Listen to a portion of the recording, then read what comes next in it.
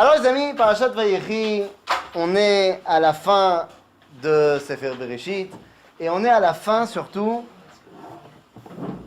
on est à la fin de la création de l'identité d'Israël. Si on prend tout le livre de Bereshit, on peut voir, c'est le Rav Tzvi Yehuda Kook qui avait mis en place ce principe qui s'appelle Zugiyut HaParashiot. On peut prendre les parachutes du livre de Bereshit, Zugot, Zugot. Et chaque Zoug s'occupe de quelque chose d'autre. Alors le premier Zoug, Bereshit Noach, s'occupe de la création du monde. Ensuite, on a un Zoug qui s'occupe de Abraham, Lech Lecha et Vaïra. Ensuite, un Zoug qui s'occupe de Yitzhak, Chayesara, Toldot.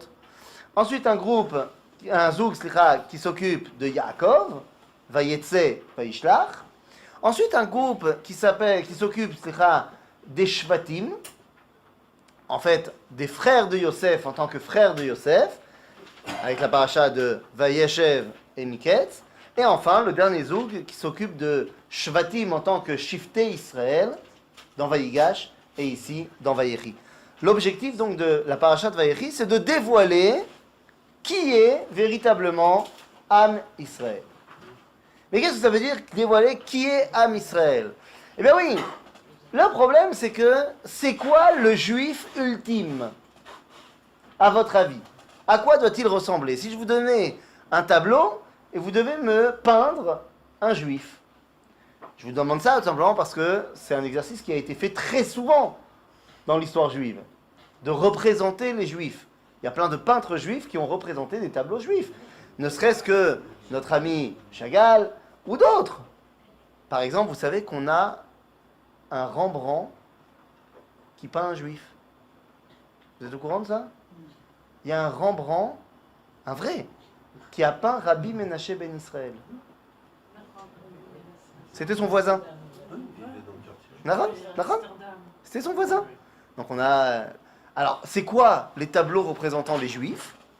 Ben, c'est un juif! C'est-à-dire, pareil quand on est en Europe de l'Est, en habillé en noir et blanc, chapeau, barbe, un petit livre à la main, ou alors comme ça sur une Gemara, quelque chose. Ouais. Attendez, tous les juifs sont des gens qui sont habillés en noir et blanc avec une Gemara et un truc? Ben si. Ouais, non mais moi, il n'y a pas de caméra aujourd'hui, donc c'est bien. Si, c'est vrai pendant l'exil. Pendant l'exil, un juif, c'est un rabbin ou ce qui gravite autour. Je m'explique. Pendant les 2000 ans d'exil, ou pour être exact, pendant les 1600 ans de véritable exil, c'est-à-dire entre les années 200, c'est-à-dire juste après l'échec de la révolte de Bar Korva, et jusqu'aux années 1800, où le peuple juif recommence à retrouver une identité nationale avec le nationalisme, entre 200 et 1800, les périodes de l'exil, un juif, c'est un rabbin. Et j'en veux pour preuve que les seuls noms de juifs de cette période, 200-1800, que vous pouvez connaître, qui ont traversé l'histoire, sont des rabbins. Vous connaissez des juifs de ces périodes-là qui n'étaient pas rabbins? Des banquiers? Des banquiers. Ah non. Et ne me dis pas Rothschild, c'est après 1800. C'est qu'il y avait la famille Rothschild existait avant, mais on ne les connaît pas, ceux d'avant. Les Rothschild qu'on connaît, c'est à partir de plus tard. Non, vous avez des noms à me donner? Moi, un. Ça marche, un. J'ai un nom déjà. D'Israéli. Quoi d'Israël? Ministre de c'est après. Ah, mais c'est beaucoup plus tard. Et on a dit jusqu'à 1800. La deadline, c'est 1800. Venez pas me citer Freud, Marx et Einstein. Non, non. Et Montefiore non plus. C'est après aussi. Alors, je veux bien Spinoza, mais avant d'être excommunié, il est rabbin. Donc, je veux bien, mais... Il était rabbin? Ah oui, à Amsterdam. Alors, je sais pas, par exemple, Don Yosef Nassi, duc de Naxos, sa tante, Donna Grazia Nassi. Ça, ok, mais vous voyez que c'est compliqué. Alors que si je vous demande de me citer des rabbins, là, il y en a plein. Rashi, Rambam, Ramban, Ibn Ezra, ce que vous voulez. Rabbi Yehuda Nassi, même si là, on est vraiment à la limite. Mais des rabbins, on en a plein. Parce que pendant ces années-là de l'exil, je dis un juif, c'est un rabbin qui tourne autour. Pourquoi? Parce que si tu sors de la pratique religieuse, bah, tu t'assimiles en 2 secondes, tu deviens non-juif. Et donc, on s'est habitué à se représenter un juif comme un rabbin. J'irai même plus on avance dans le temps, plus on s'est habitué à se représenter les juifs comme des rabbins d'Europe occidentale, voire d'Europe de l'Est, en noir et blanc. Quoi, il n'y avait pas de rabbins au Maroc, en Algérie, en Tunisie? Il y en avait. Mais en quantité, les juifs étaient plus en Europe de l'Est. Donc on s'est habitué à... Et il est là tout le problème. Il est que de dire que les rabbins, c'est les juifs. C'est vrai que les rabbins sont juifs. Mais tous les juifs ne sont pas rabbins. Et le projet de la paracha de Vayechi va être de nous expliquer qui sont les juifs. Pas que les rabbins. Et oui, vous savez, je vous ai mis ici dans la source numéro 1, la paracha de Nassau. La partie de la paracha de Nassau, c'est pas la paracha de cette semaine. Mais vous savez, la paracha de Nassau est la plus longue de toute la Torah. Pourquoi elle est la plus longue de toute la Torah? Parce qu'on répète les korbanot anesim. C'est-à-dire qu'il y a les 12 chefs de chaque tribu qui viennent amener leur korban d'inauguration du Beth Amikdash, enfin du Mishkan. Et on va répéter 12 fois, c'est les mêmes versets, à la virgule près. Donc là, je vous ai amené que le premier. Vous m'en voudrez pas? Vayi amakriv bayom arishon et korbano. Narshon ben Aminadav le Mate Yehuda. Ve korbano, c'est quoi son korban?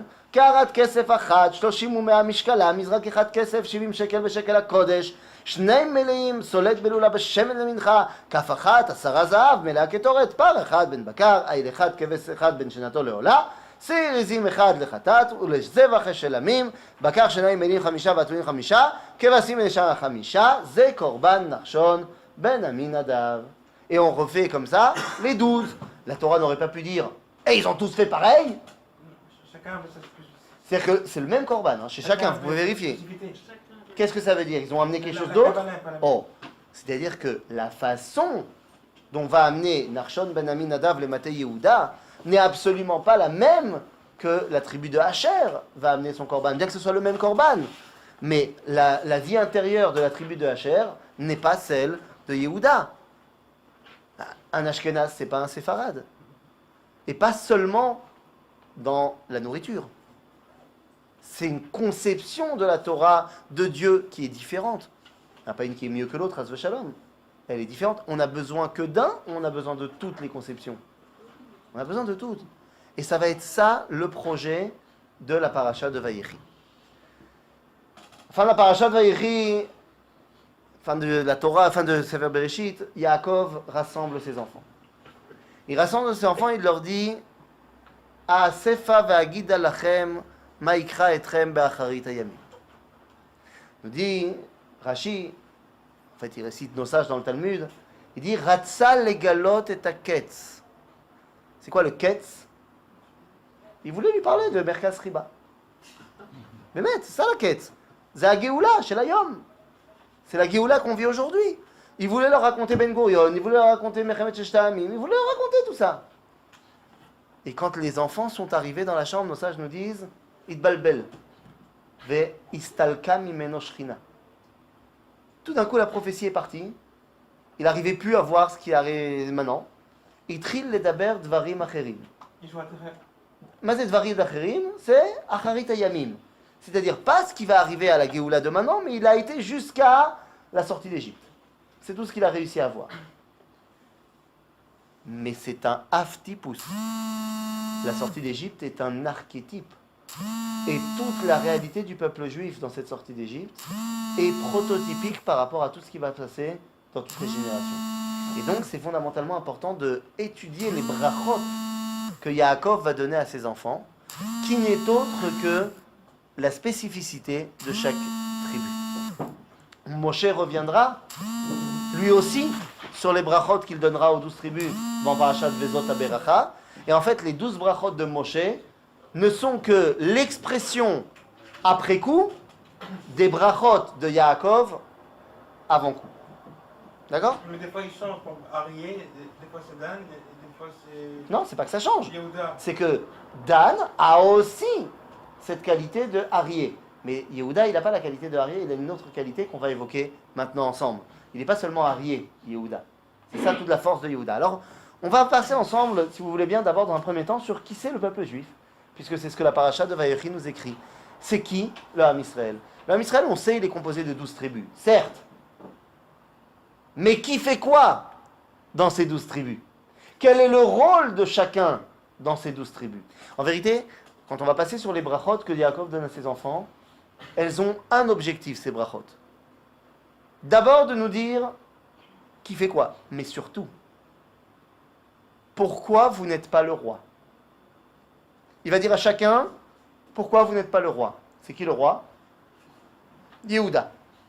Et en fait, les brachot vont nous expliquer pourquoi chacune des tribus ne peut pas à elle seule représenter la malchoute.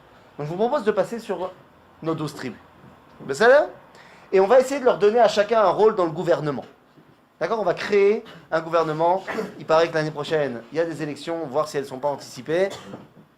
On va essayer de donner un coup de main à la démocratie israélienne.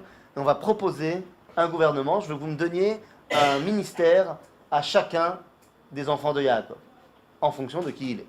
Alors c'est parti dans la source numéro 2. Reuven, Bechori Ata, Kochi, Vereshit Oni, Yeter Seet, Veyeter Az, Pachaz Kamaim al Totar, Ki alita mishkeve avicha, Az chilalta yitsui ala. Qu'est-ce qu'on nous dit de Shimon? De Reuven. Qu'est-ce qu'on dit de Reuven? C'est quoi sa qualité? Quoi, Shrem? Ah, attends, Shrem. Je connais pas Shrem encore. C'est Shimon. Non, on est à Reuven encore. Reuven, c'est quoi sa qualité? Ou Bechor, c'est-à-dire? Ah, le premier ministre, Netanyahou. À Bechor, c'est quoi son rôle?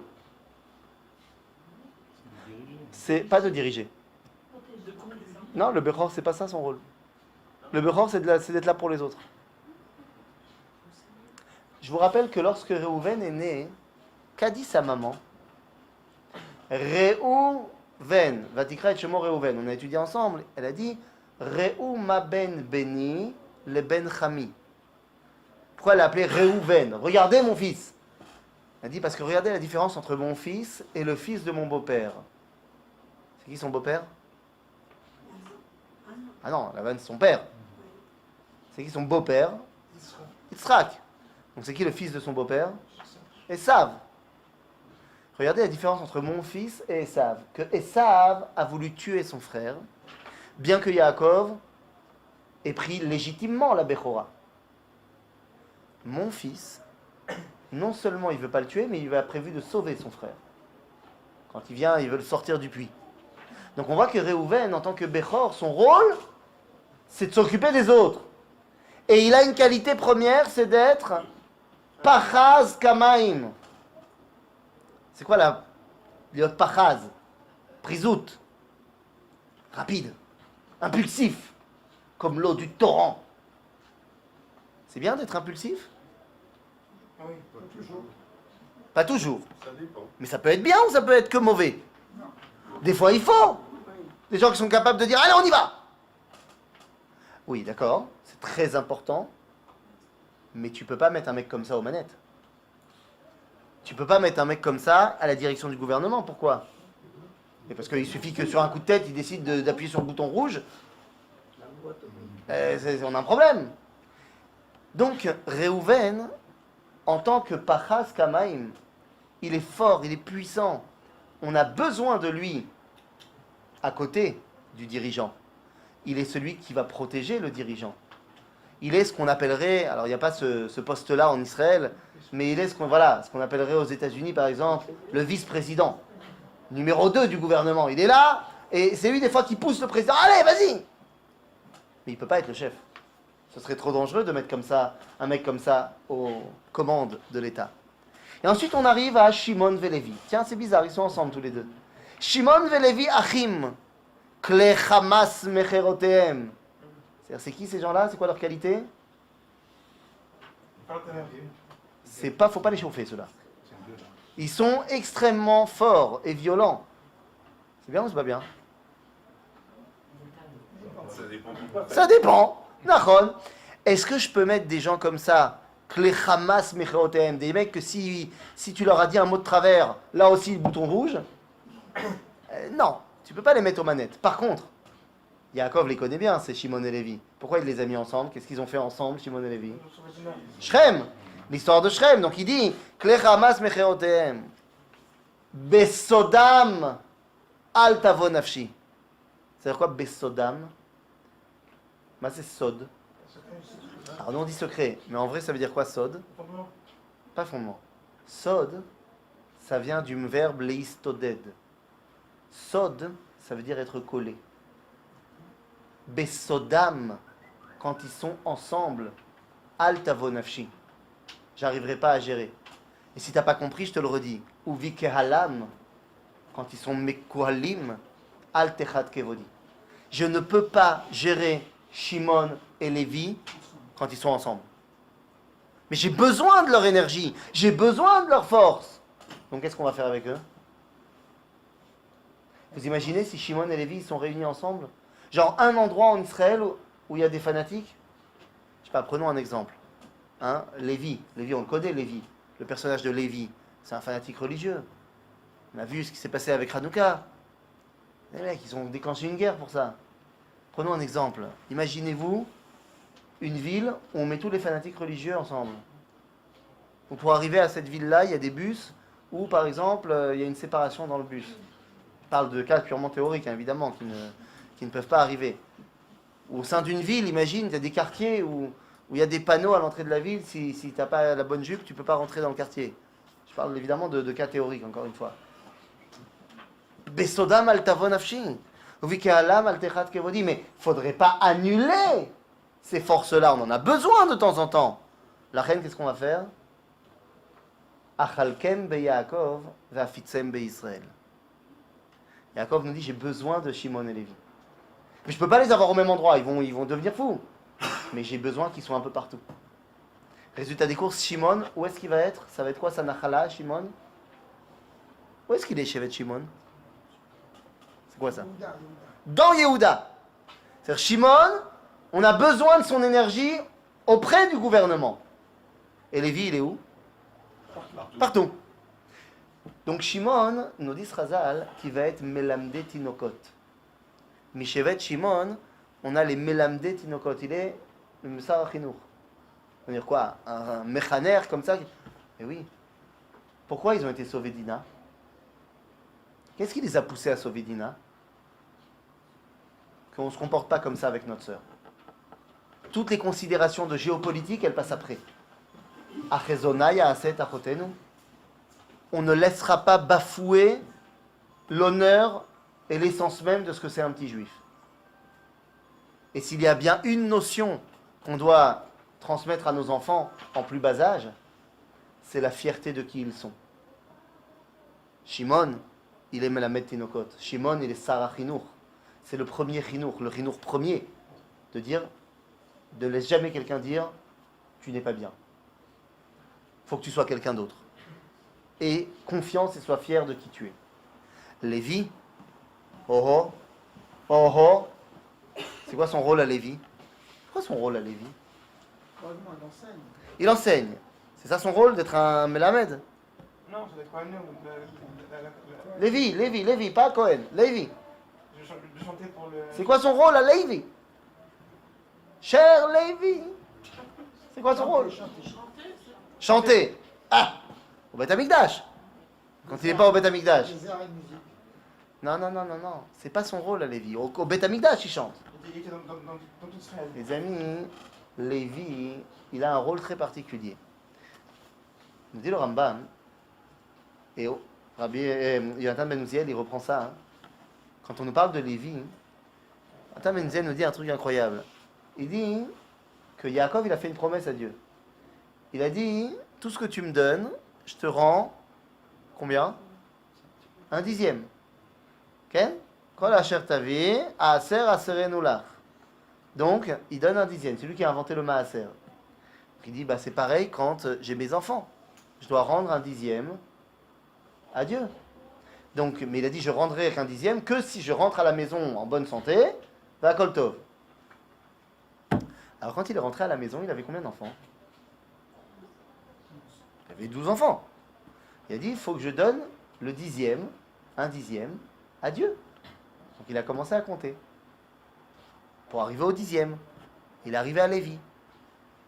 Lévi, c'est le dixième? Ben si, parce que tu mets de côté Réhouven, parce que c'est le Bechor, donc il ne rentre pas dans le jeu. Tu mets de côté aussi Yosef, parce que c'est le Bechor de sa mère aussi. Tu mets de côté aussi Dan, et oui, le Bechor c'est par la mère, c'est pas par le père. Tu mets de côté aussi Dan, et tu mets aussi de côté Gad. C'est les 4 Bechorot. Donc maintenant, tu peux commencer à compter.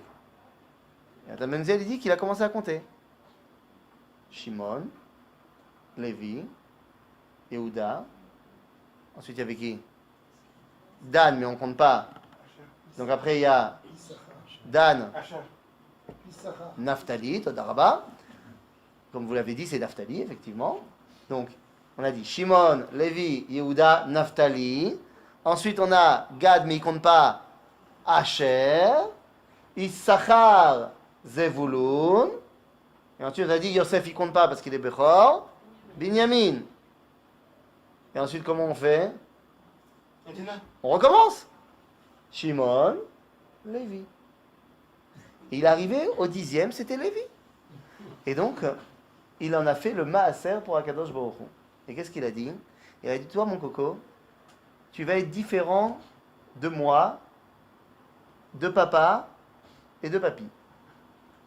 Abraham, il a découvert le monothéisme, super, et il en a fait une secte d'enseignement du monothéisme. Mais à qui il enseignait Abraham? À qui il voulait bien venir? Yitzhak, il a repris l'affaire familiale, il ne s'est pas foulé non plus. Il y avait le Beth Midrash de Yitzhak, celui qui veut venir au cours, il vient, celui qui ne vient pas, ben, il ne vient pas.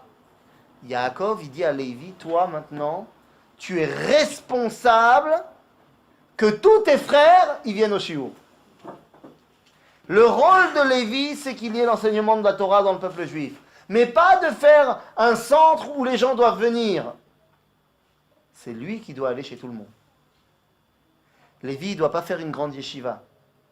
Lévi doit être responsable qu'il y ait une yeshiva de quartier dans tous les quartiers. En d'autres termes, Lévi, il n'a pas de nachala. Lévi, il est partout. Il est le seul qui peut véritablement être le Sar Apnim. C'est le ministre de l'Intérieur.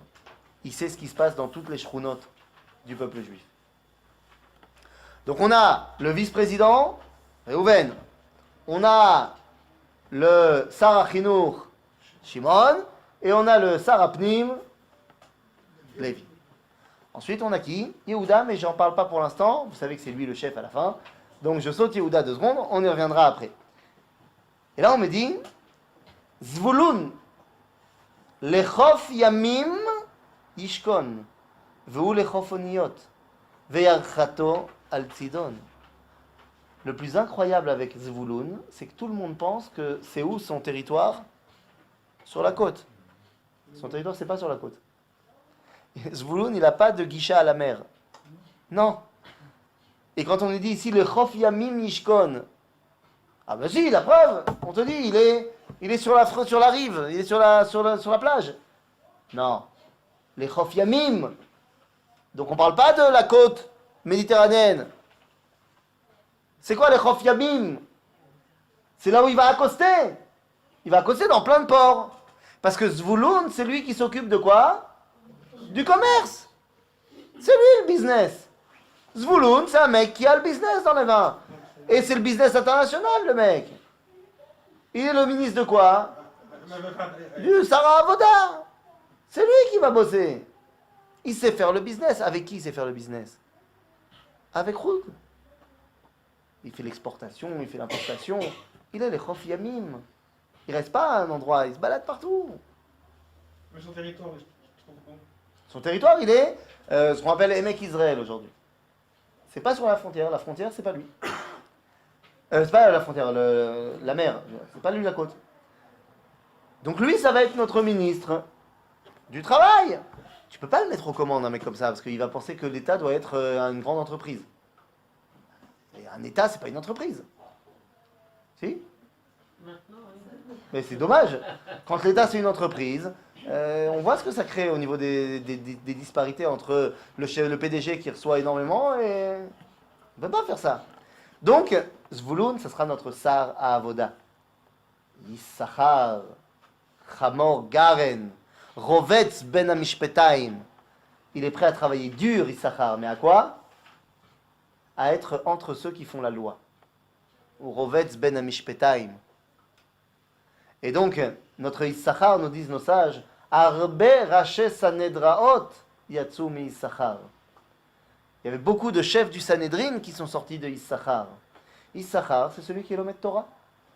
Vous connaissez la Iska, Issachar ou Zvulun, que lui, il va bosser et lui, il va étudier. Et on est ensemble. Ça marche, ça, Issachar ou Zvulun? Ce qu'on appelle Iskat, Issachar ou Zvulun, ça marche? Ouais? Donc très bien. On n'a qu'à envoyer une partie de la population à l'armée et l'autre partie à la yeshiva. Non, je sais pas ce que vous m'avez dit. C'est bizarre, j'ai pas l'impression qu'en fait c'est ce que vous pensez. Ça marche, Issachar ou Zvulun, quand c'est du Echad Echad. Quand c'est du personnel. Quand c'est quelqu'un envers quelqu'un d'autre qui dit comme Issachar à Zvulun, moi je sais bien étudier et toi tu sais bien faire business, viens on se partage les bénéfices. Mais à aucun moment on peut obliger une partie de la population à être Zvulun pour que l'autre partie elle soit Issachar. Ok? Donc Issachar, ça va être qui? C'est pas Schultz. Issachar, c'est Sarah Datot. Non, de la justice aussi. Non, il fait pas la justice. Ou c'est Torah. Mishpetaim, c'est Mishpatei à Torah, c'est Mishpatei Ivri. C'est la Torah. Et on te dit, Chazal nous dit que Arbe Rache Sanedraot sont sortis de Issachar. Donc c'est le ministre de la religion. Quoi, aujourd'hui, la justice, elle est le pied à Torah? Non, la justice, elle n'est pas le pied à Torah aujourd'hui. Par contre, aujourd'hui, on a quelqu'un qui s'occupe de la Torah. Sarah Datot. Bon, tu vas le mettre aux commandes de l'État, un mec comme ça? Chas v'shalom. Il va avoyer qu'on ait un religieux à la tête de l'État. J'ai pas dit un mec Ireshamaim. Un mec Ireshamaim, à l'éveil qu'on a un mec Ireshamaim. J'ai dit un religieux. Si on a un religieux à la tête de l'État, je peux vous assurer qu'en 3 ans, il y a des grèves dans tout le pays. Et oui, tout va partir en cacahuète. Tous les budgets de l'État seront alloués aux yeshivot et à l'étude de la Torah. Ça s'est passé une fois dans notre histoire. On a eu comme ça un chef religieux. Chizkiyahu Melech Yehuda. Chizkiyahu Amelech, il était dos. C'était un vrai religieux. Et il a fait une loi, il a mis une kherev à l'entrée, une épée à l'entrée du Beth Hamidrash. Il a dit ou tu rentres au Beth Hamidrash ou quick. On va tout le monde étudier la Torah à l'époque de Chizkiyahu. À tel point qu'on nous dit qu'à l'époque de Chizkiyahu, les enfants, ils étaient à 100% dans les lois de Touma et Tahara, ils connaissaient tout par cœur. Extraordinaire l'époque de Chizkiyahu. Oui, sauf qu'on dit aussi qu'à cette époque-là, Kotz Vedardar Itzmiar Basadeh, c'est que tous les champs, ils étaient en friche. Toute la terre, elle était pas cultivée, et c'était tout pourri, il n'y avait pas de récolte. Pourquoi? Parce qu'il n'y avait plus personne dans les champs, tout le monde était à l'Yeshiva. Donc comment on fait pour travailler et comment on fait pour avoir à manger si tout le monde étudie la Torah? Un problème, hein? Les travailleurs thaïlandais. On lui dira. Résultat des courses, vous comprenez pourquoi Issachar, il ne peut pas être le chef du gouvernement. Mais on a besoin de quelqu'un qui met l'accent sur la Torah. Ah, vous imaginez un pays d'Israël sans Torah? On a besoin. On ne peut pas le mettre au devant de la scène. Et puis après, arrive quelqu'un qui, lui, c'est une machine à juger. Dan, Yadin Amo, Ka'achat Shiftei Israël, Yeidan Nachash Ale Darech, Shefifon Ale Orach, Anoshech Ikvesus, Veipol Rervo, Slicha Achor. Dan, c'est clairement Dan Yadin Amo. Où Sarah Mishpatim? C'est lui qui est Dan Amo. Maintenant, si tu mets Dan au pouvoir, qu'est-ce qui va se passer? Il y avait un film dans les années 90, un film qui n'était pas du grand cinéma, il faut bien l'avouer, mais qui était un film qu'on appelle de divertissement. Ça, il n'y avait pas beaucoup de pages de scénario, mais il y avait beaucoup d'explosions. C'était un film avec Sylvester Stallone, un film qui s'appelait Judge Dredd. Ça vient d'une BD à l'époque. Judge Dredd, c'était quoi le pitch du film? C'est qu'on était dans un pays où la loi était... Il n'y a pas de rachamim. C'est rakmidatadin. Et on voit, il y a un quartier où il y a des fusillades, tout le monde se tire dessus, c'est terrible. Et il y a un mec qui veut pas se faire tirer dessus, tout simplement. Alors, bon, c'est dans le futur, hein, bien sûr. Et donc, il y avait un robot nettoyeur, un robot de bâtiment nettoyeur. Et le mec, pour ne pas se faire tirer dessus, alors il a piraté le robot, il s'est caché à l'intérieur pour ne pas se faire tirer dessus. Et une fois que Stallone est arrivé et qu'il a calmé tout le monde, il voit que ce robot il est piraté, il ouvre le robot, il sort le mec qui s'est caché dedans. Il dit c'est bon, ils ont arrêté de tirer les gens? Tu as piraté un robot nettoyeur, c'est 5 ans d'emprisonnement. Il dit mais 2 secondes, je voulais juste pas me faire tuer, c'est tout. Non, piratage de robot nettoyeur, 5 ans. Non, attends, il n'y a pas de circonstances atténuantes, il n'y a pas de truc. En, c'est adin. Nous dit le Talmud Yerushalmi. Lama charva Yerushalayim. Vous connaissez Sinatrinam. Ça c'est Talmud Bavli. Qu'est-ce qu'il dit Talmud Yerushalmi? Lo charva Yerushalayim ella biglal shedanu ba din Torah. Tout le monde était din, pas de rachamim. Donc, tu ne peux pas faire un pays qui repose uniquement sur le din. Mais il faut du din aussi. D'accord. Donc on a besoin de Dan pour être Sarah Mishpatim, mais on ne peut pas le mettre en tant que chef. Et là la Torah me dit Leishuatra kiviti Hashem. C'est Leishuatra kiviti Hashem. À qui on parle? C'est qui Leishuatra? C'est qui le Cha de Leishuatra? Dieu. Kadosh Baruch Hu. Yaakov il dit Leishuatra kiviti Hashem. Lama? Parce que c'est uniquement par l'intermédiaire du peuple juif qu'on pourra amener la Yeshua à Kadosh Baruch Hu. Qui Dieu a décidé de mettre ici pour faire le boulot? Ben, c'est nous. Pourquoi est-ce qu'il le dit à ce moment-là? Parce qu'on a, grâce à tous les markivim qu'on a donnés maintenant, on a les bases de ce qui s'appelle le peuple juif. Reuven, Shimon, Lévi, Yehuda, on n'en a pas parlé, mais on va y revenir. Issachar, Zvulun, Vedan.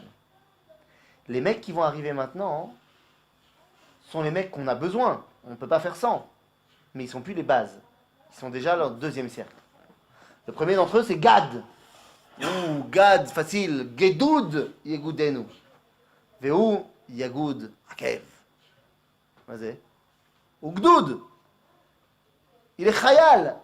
Gad, il est né Chayal Baneshama. Ou Gdoud, Yegoudenu. C'est un Gdoud. Donc lui, c'est facile. Sarah Bitachon. Ah oui, ministre de la Défense. On a besoin d'un mec comme ça, mais tu peux pas mettre le ministre de la Défense en tant que Premier ministre. Ah tiens, si, chez nous ça marche. Top, mais c'est temporaire. C'est temporaire. Tu peux... Hein? C'est l'inverse. Quoi? Le Premier ministre en ministre de la Défense. Ouais, c'est ça qui est problématique. Oui. Hein, Nachon? Kitsour, le ministre, t'imagines un mec qui est soldat dans la Neshama, qui voit l'État comme une armée? Il y a des pays qui font ça.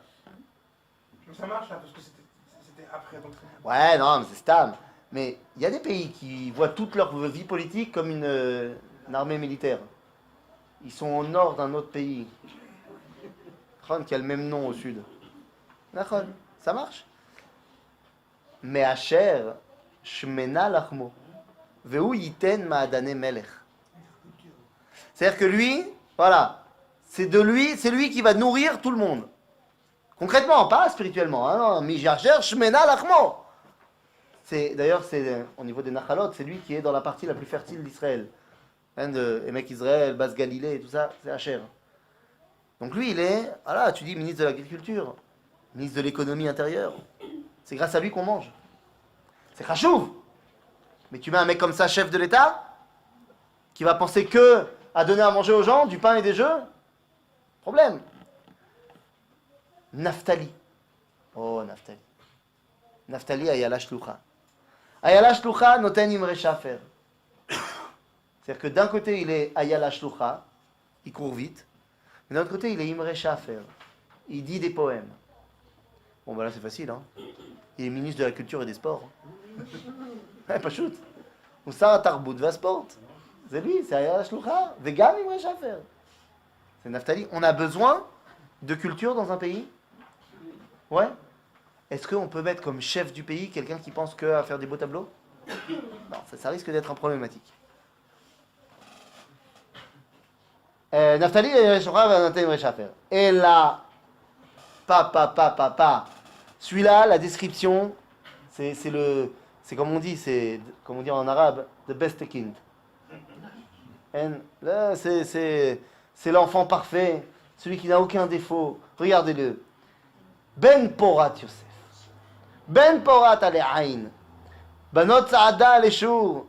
וימררו ורבו ויסתמו בעלי חיצים ותשב באיתן קשתו ואפוזו זרועי ידיו מידי אביר יעקב משם רואה אבן ישראל מאל אביך ויעזרך ואת שדי יברכך ברכות שמיים מעל וברכות תהום רובצת תחת ברכות שדיים ורחם ברכות אביך גברו על ברכות הוריי עד תאוות גבעות עולם תהיינה לראש קודקוד, וראש יוסף, ולקודקוד נזיר אחיו. Waouh, quelle présentation. Yosef, il est parfait. Il y a juste un problème. C'est quoi le problème de Yosef? Ah, il est génial. Il réussit tout ce qu'il fait. Ish matzliach, mamash ish matzliach. C'est quoi le problème? Tout le monde le déteste. Ah oui, tout le monde le déteste. Pourquoi tout le monde le déteste? L'Achnoun, c'est lui être parfait. Il me saoule celui-là. Il est saoulant. Il est parfait, parfait. Il ne fait que montrer aux autres qu'Ama ils sont imparfaits. Forcément, tout le monde le déteste. Mais où il est parfait, et où tout le monde est d'accord qu'il soit, parce qu'il est parfait là-bas, ben, le best kind, le mec parfait. Vous savez ce qu'il a dit, notre ami Muhammad? Nul n'est prophète en son pays.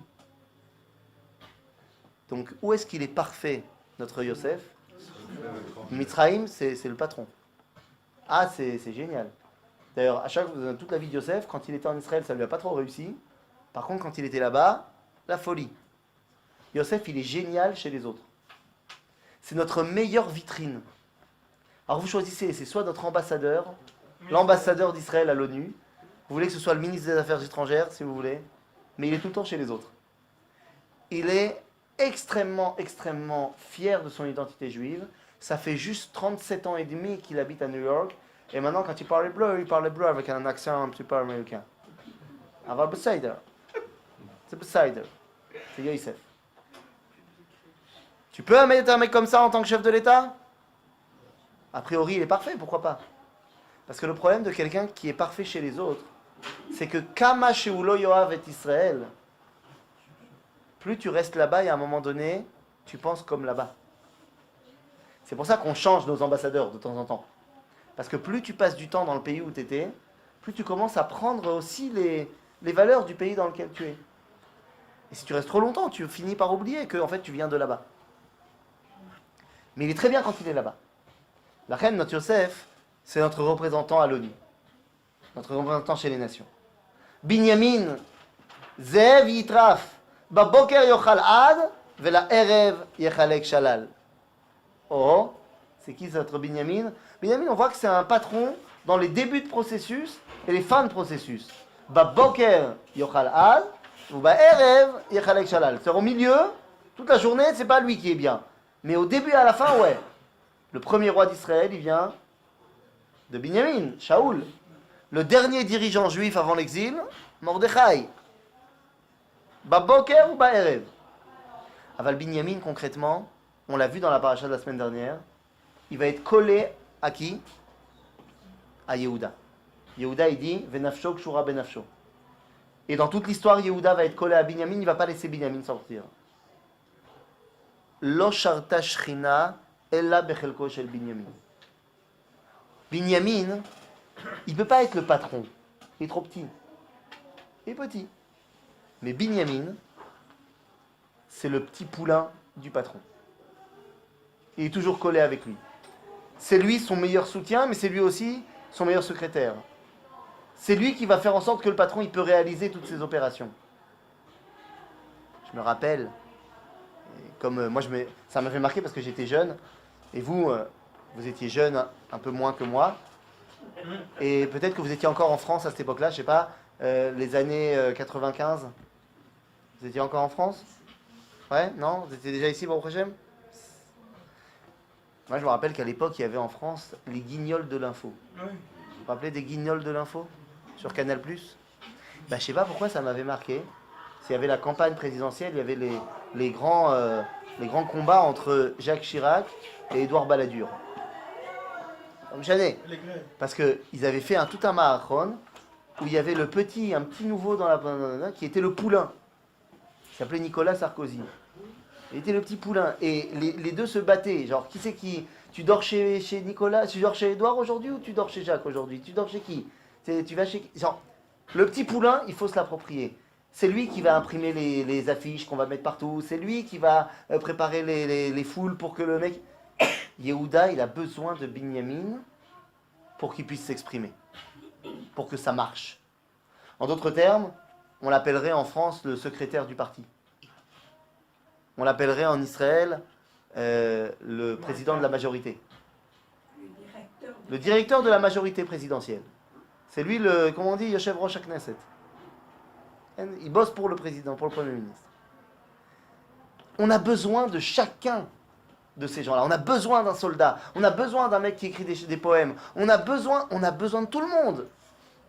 Mais on a besoin de quelqu'un qui centralise et qui est le patron. Ce quelqu'un, c'est qui? Yehuda. Qu'est-ce qu'il a de particulier, Yehuda? Eh bien, revenez à Yehuda, c'est la 4e ligne de la source numéro 2. Yehuda, ata yoducha achecha. Tu seras accepté par tous. Lama. Yehuda yoducha achecha. Yadecha be'oref oivecha. C'est-à-dire que, d'abord, c'est quoi ta qualité? Yadecha be'oref oivecha. Tu sais éclater tes ennemis. Tu sais faire la guerre quand il le faut. Tu n'es pas un soldat dans l'âme, mais quand il faut faire la guerre, tu sais. Yadecha be'oref oivecha. Yishtachavu lecha bnei avicha. Et parce que tu as ramené la sécurité dans le pays, tu es respecté par les autres, par tes frères. Mais ça ne suffit pas, parce que ça ne suffit pas pour être un bon dirigeant, d'avoir fait une bonne guerre. Et lama, ton secret à toi, Yehuda, c'est quoi? Gour Arié Yehuda. Mazé Gour. Mazé Arié. Le secret d'Yehuda, c'est la savlanout. Il sait être d'abord Gour et ensuite Arié. Ça prend du temps de passer de Gour à Arié, d'être un lionceau et d'être le roi lion. Vous avez vu le film? Ça prend 1h30 pour qu'il passe de Simba petit à Simba grand. Gour Arié. Et oui, le secret de la Malchoute, c'est à Savlanout. Reuven, il ne pouvait pas, il était Pachas Kamaim. Le Premier ministre, le chef de l'État, il se doit d'être quelqu'un qui a une vision sur le long terme. Mais tu ne peux pas être que sur le long terme. Si tu es que sur le long terme et que les gens ils meurent de faim devant toi, il y a un problème. Donc, Gour Arié Yehuda, mais ça ne s'arrête pas là. Miterev Beni Alita, Kara Ravatz Ke'Arié ou Chelavi. C'est-à-dire, tu vas non seulement devenir lion, mais lion, roi lion. Mais sans oublier, Mi Yekimenu. Lo Yasur Shevet mi Yehuda, ou Mechoket mi Ben Raglav. Ad ki yavo Shilo, velo yikat amim. Osri la Gefen Yiro, vela Shoreka Bene Atono. Kibes beyain levusho, ובדם הנבין סוטו, חכלילי עיניים מיין ולבן שיניים מחלב. Ta nachala regorge de toutes les denrées que ton peuple a besoin. La force, la patience, mais beaucoup plus concrètement, le vin, le lait. Le vin c'est midatadin, c'est adom. Chalav zed blanc, c'est midata chesed. C'est-à-dire que tu es quelqu'un qui sait faire le izoun, l'équilibre.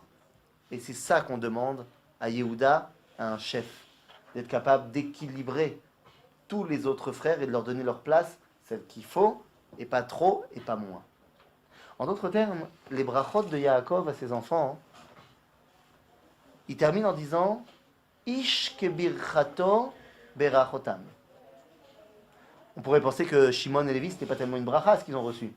Les Hamas Mechot, c'est une bracha. Ish kebirchato berachotav. C'est une bracha que Lévi soit partout. C'est une bracha que chacun soit à sa place. Que chacun puisse s'exprimer en tant que tel. Obliger quelqu'un à être Gad alors que tu es Asher, c'est terrible. Yehuda va être celui qui va être capable de faire le izoun, de dire quand il faut mettre Asher devant, on met Asher devant, quand il faut mettre Gad devant, on mettra Gad devant. En d'autres termes, c'est quoi le gouvernement idéal du peuple juif? C'est un gouvernement qui sait respecter toutes les parties du peuple. Parce que ce n'est que comme ça qu'on peut dévoiler Akadosh Baruch Hu, et c'est ce que nous dit ici le Rav Kook dans la source numéro 3. Dans Israël ou Triato, au chapitre 8, le Rav Kook nous dit comme ça. Hashem Tsevaot ou Hashem Elohei Israël. Ou Tzivot Israël, Tzivot Hashem Hem. L'armée d'Israël, c'est l'armée d'Akadosh Baruch Hu. Beruchenu. Ve'atzmut nishmatenu. Charutim bemirtav Elohim kocho gvurato shel yotzer bereshit. C'est quand on voit les Juifs qu'on arrive à dévoiler la création du monde. Qu'est-ce que ça veut dire? Ine. Haolam umlo miyad Hashem notru. Le monde a été créé par Dieu. Nit'avu vekamu. Mit'avim vekamim. Il se réalise maintenant. Toute la création, ça se réalise maintenant. Chayim ou mitkaimim. Mitpatrim ou mitazrim. Al amatenu benachalat Hashem. Kshurahi beitzirat maaseh bereshit. Notre présence ici, dans la terre que Dieu nous a donnée, elle est directement liée à la création du monde. Pourquoi? Koach maasav igid le'amo. La tête lahem nachalat goyim. הגבורה האלוהית השרויה בעולם, שחידשה את העולם, ומחדשתו בכל יום, היא שמפיה שמענו את התורה. Ok, mais qu'est-ce que tu veux nous dire là, le Rav Kook? Ben voilà, je vais te dire. מפי הגבורה שמענו אנוכי ולא יהיה לך, וכל תורה כולה קיבל משה מפי הגבורה. ולכן, puisque tout on a reçu de Akadosh Baruch Hu, puisque Dieu il a créé le monde entier, c'est pas difficile de dire que Dieu il a donné la Torah, on l'a entendu. Qu'est-ce qui est plus difficile? Ce qui est plus difficile, c'est de dire que de faire pousser le blé, ça vient de Dieu. Que de récolter le blé, c'est Akadosh Baruch Hu. Être à la yeshiva et de dire Zé Akadosh Baruch Hu, c'est calme. Ah oui, c'est calme. Tu dis la Gemara, c'est calme de dire je suis lié à Dieu. Mais quand je vais au travail le matin, Stam, je vais au travail le matin. C'est plus difficile de dire je suis lié à Dieu. La reine Rav Kook te dit, Ine, et הגוף אין אנחנו עוזבים. לא את הגוף הפרטי ולא את הגבייה הלאומית. On n'est pas chrétien, on ne dit pas qu'il faut vivre dans l'ascétisme et qu'il faut se flageller, pas du tout. Ni au niveau individuel, ni au niveau collectif, national. כי אם אנחנו מנצחים אותו. מה זה אנחנו מנצחים את הגוף? Ça ne veut pas dire on le bat.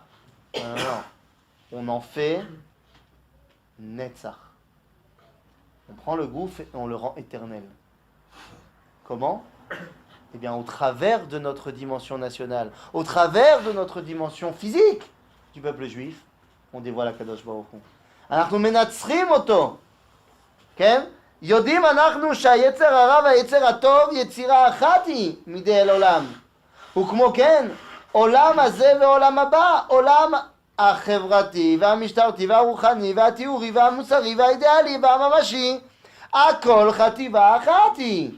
והכל עולה במעלות הקודש ומשועבד לרצון גבוה. הכל הוא אמרתי ונעשה רצוני. Tout ce qui se passe dans ce monde, c'est Akadosh Baruch Hu. Si le peuple juif se réduit à une dimension des 12 tribus, ben tu as arrêté de dévoiler Akadosh Baruch Hu.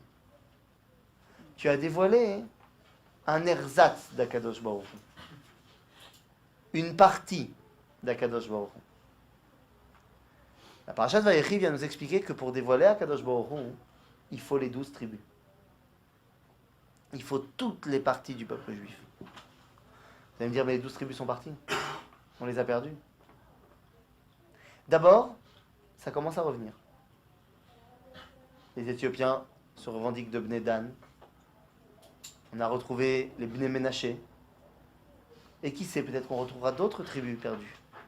Mais pour l'instant, au sein des tribus existantes, au sein de Yehuda, Binyamin, Lévi, on prend sur nous le rôle de remplir le rôle des tribus qui ne sont plus là. Il y a certains juifs qui sont plus vers là, certains juifs qui sont plus vers là, d'autres qui sont plus dans la Torah, d'autres qui sont plus dans l'économie, d'autres qui sont plus... Et tout ça nous permet d'avoir cette création nationale qui s'appelle Am Israël. Chas v'shalom, de mettre l'accent simplement sur un côté du peuple juif. La résurrection du peuple juif fait qu'aujourd'hui, après les années 1800, un juif, c'est plus seulement un rabbin. Un juif, ça peut être un scientifique, qui s'appellera Albert Einstein. Un juif, ça peut être aussi un économiste, qui s'appellera Karl Marx. Ça peut être aussi un médecin psychologue, qui s'appellera Sigmund. C'est sympa de dire Sigmund. Freud. Ça peut être aussi un rabbin. Ça peut être aussi un rabbin. Ça peut être aussi un soldat. On n'avait plus de soldats depuis Bar Korba, on n'avait plus de soldats. Mais tu peux avoir un Yosef Trompeldor qui arrive. Et petit à petit, le peuple juif retrouve toute sa couleur. Toutes ses couleurs. Eh oui. Quelles sont les couleurs du pectoral, du Choshen Amishpat? C'est toutes les couleurs. Tu as besoin de tout le monde. Oui, mais on est plutôt maintenant dans un moment où les couleurs sont vraiment toutes tellement mélangées. C'est-à-dire, les gens se marient tous entre eux, on n'a plus la tribu.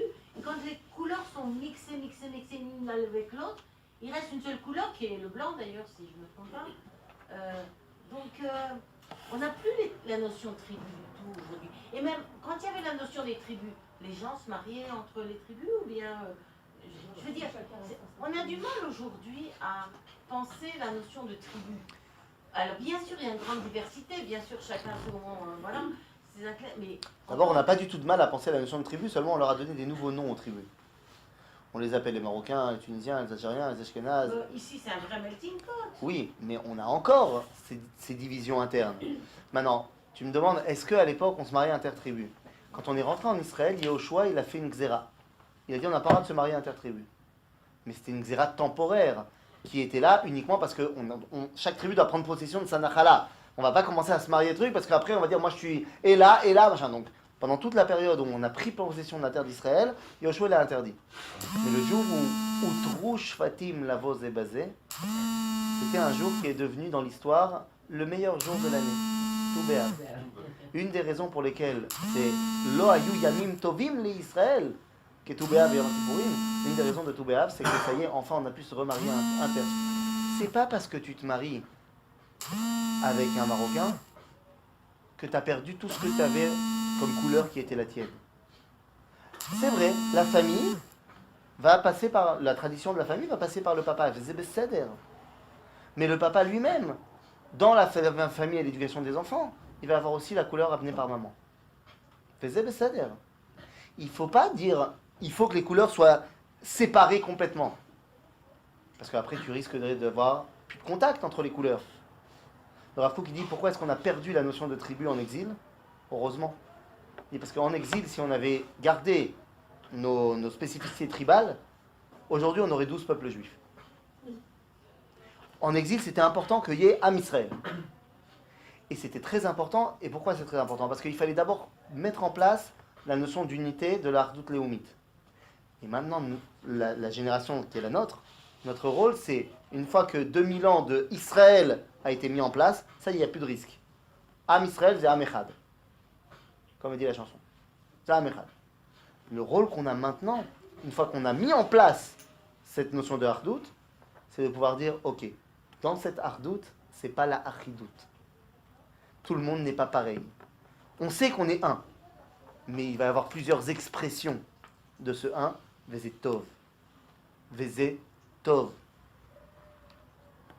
Et c'est pour ça qu'aujourd'hui on a un Mektil Pot. C'est pour ça qu'aujourd'hui on vient de tous les coins du monde et on se rassemble au Kibbutz Galuyot en Israël et on amène toutes ces couleurs-là. Ça ne n'ébranle en rien la grande Tmouna qui s'appelle Am Israël. Mais ça permet de lui rendre toutes ces couleurs. Et aujourd'hui, on peut dévoiler Akadosh Baruch Hu plus seulement à la synagogue, mais on peut le dévoiler aussi dans un laboratoire médical, dans un laboratoire scientifique, dans l'économie, dans le sport. On se rappelle tous de la première victoire du Maccabi Tel Aviv à la Coupe d'Europe de basket, où le capitaine de l'équipe va dire Anachnu ala mapa. Ça y est, il faudra compter avec nous maintenant, même dans le sport, on est là. Le drapeau d'Israël flotte à l'ONU. Dans le spatial, dans tous les domaines. Dans tous les domaines. Dans tous les domaines. On a envoyé notre satellite et tout, avec notre petit disque, avec tous les trucs qui sont symboliques d'Israël. D'accord ? Et ça, c'est la preuve que nous sommes la génération qui réalise les brachot de Yaakov. On est redevenu maître de notre destin et donc on est capable de réexprimer cela. Et c'est pour ça qu'on n'est plus seulement des rabbins. Et c'est pour ça que le rabbin aujourd'hui, il peut être aussi autre chose. Parce qu'Akadosh Baruch Hu Echad, ou le Yachid, ou Echad, ou Ga Yachid, ou Echad. Et donc, c'est chacun d'entre nous qui peut exprimer ce Echad. Lorsque Yaakov va dire ça à ses enfants, ils ne vont pas le comprendre. Pourquoi ils ne vont pas le comprendre ? Parce que eux, ils sont 12 tribus. Enfin, c'est ce que Yaakov croit qu'ils ne vont pas comprendre. Et la reine, tous les enfants se rassemblent autour de lui et lui disent « Papa, t'inquiète pas. Écoute, Israël. Hashem Elohenu ou Hashem Echad. Al tidag, papa. » Qu'est-ce qu'il a répondu? Baruch Shem Kevod Malchuto Leolam Vaed. Pourquoi on dit à voix basse Baruch Shem Kevod Malchuto? C'est pas marqué dans la Torah. C'est marqué dans le Midrash. Pourquoi on dit Shema Israël à haute voix? C'est pas marqué non plus dans la Torah que Yaakov il a dit à ses enfants Shema Israël. Enfin, que les enfants ont dit à Yaakov Shema Israël. D'accord, mais Moshe il l'a redit. Donc comme Moshe il a redit Shema Israël, alors on peut le dire à voix haute. Baruch Shem Kevod Malchuto, on dit à voix basse, c'est pas marqué dans la Torah. Donc quand est-ce qu'on va le dire oui à voix haute? À Kippour. Lama à Kippour on va dire à voix haute. Qu'est-ce qu'on a à Kippour qu'on n'a pas les autres jours? On ne peut pas commencer Kippour si on n'a pas tout le monde. Baldat Amakom, Baldat Akal, Beishiva Shel Mala ou Beishiva Shel Mata, Anu Materim Litpalel Ma'avarenim. On a besoin de tout le monde. Si on n'a pas tout le monde, on ne peut pas commencer Kippour. Si on n'a pas toutes les couleurs, on ne commence pas Kippour. Une fois qu'on a toutes les couleurs, on peut dire comme les fils de Yaakov, Baruch, Shema Yisrael Hashem Elokeinu Hashem Echad, et Yaakov peut répondre Baruch Shem Kevod Malchuto Leolam Vaed. Et ça, c'est le travail de notre génération. La réalisation des brachot de Yaakov, c'est nous qui sommes en train de les mettre en pratique. Ça nous donne énormément de responsabilités et de poids sur les épaules, mais en même temps, pourquoi pas? Pourquoi pas? Et fort de cette identité, eh ben, on peut rentrer dans le Sefer HaGeoula, qui s'appelle Sefer Shemot, mais ça, ce sera pour la semaine prochaine.